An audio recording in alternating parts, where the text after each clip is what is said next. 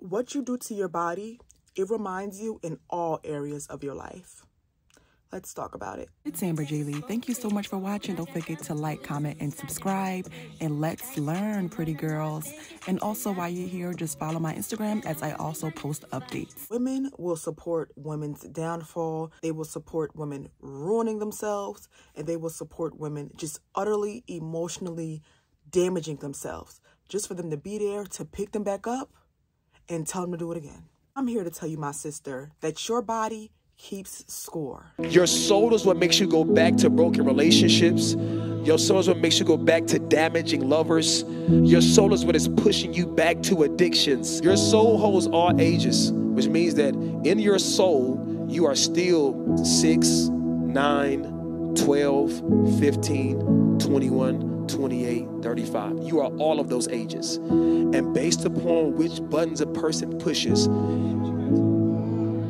will depict which age you show up as. You ever see a person who you thought was mature behave very childish? Because you pushed a button that activated a different age.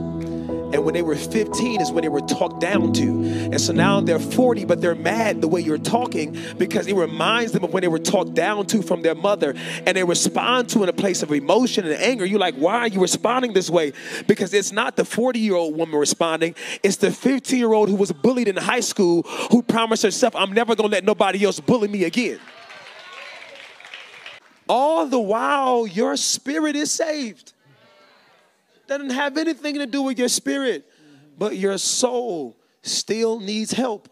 So you can love God with your spirit, but still have a battle in your mind. Why? Because that is the soul. And because you keep saying you don't need to talk to nobody, you're going to keep struggling. So the guys that those girls on Twitter is telling you to play around with and let him dig up in you and have as many abortions as you want, your body keeps score. It's a lot of women right now cannot have children because they decided to have 3 abortions. People don't talk about when you become numb to all the people that you sleep with and you don't care about it and you think sex is just sex, not knowing that sex can change the whole trajectory of your life. It can give you an incurable STD.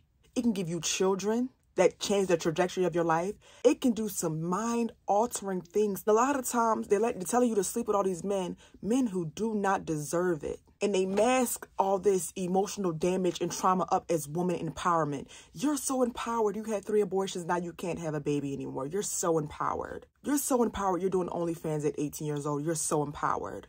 You're so empowered. You're sleeping with a married man, but you're so empowered. Go, girl. You're so empowered. You're on your 3rd baby daddy, but if a man doesn't treat you right, just leave him, make another one. It's nothing empowering about being stressed. It's nothing empowering about worrying about if that man gave you an incurable STD because you decided to link up with him after the club. It's nothing empowering about that. And they tell you to do all these things instead of healing, going to therapy. Now, granted, you can do whatever you want to do. But don't let them trick you into going the opposite direction and calling it empowerment. Know the reality of it. Know what you're actually doing. These people are depressed. That's why they're hypersexual. Hypersexuality is rooted in a mental illness. People who are hypersexual tend to be the most insecure because they use their sexuality as their surface, as their presentation, because they have nothing else. That's why people who are horrible people tend to be great at sex. That girl who got to post her boobs every 5 minutes, she needs attention because she's not getting it at home. She's not getting it from nowhere else, but she knows she can get it online, so that's where she goes to get it from.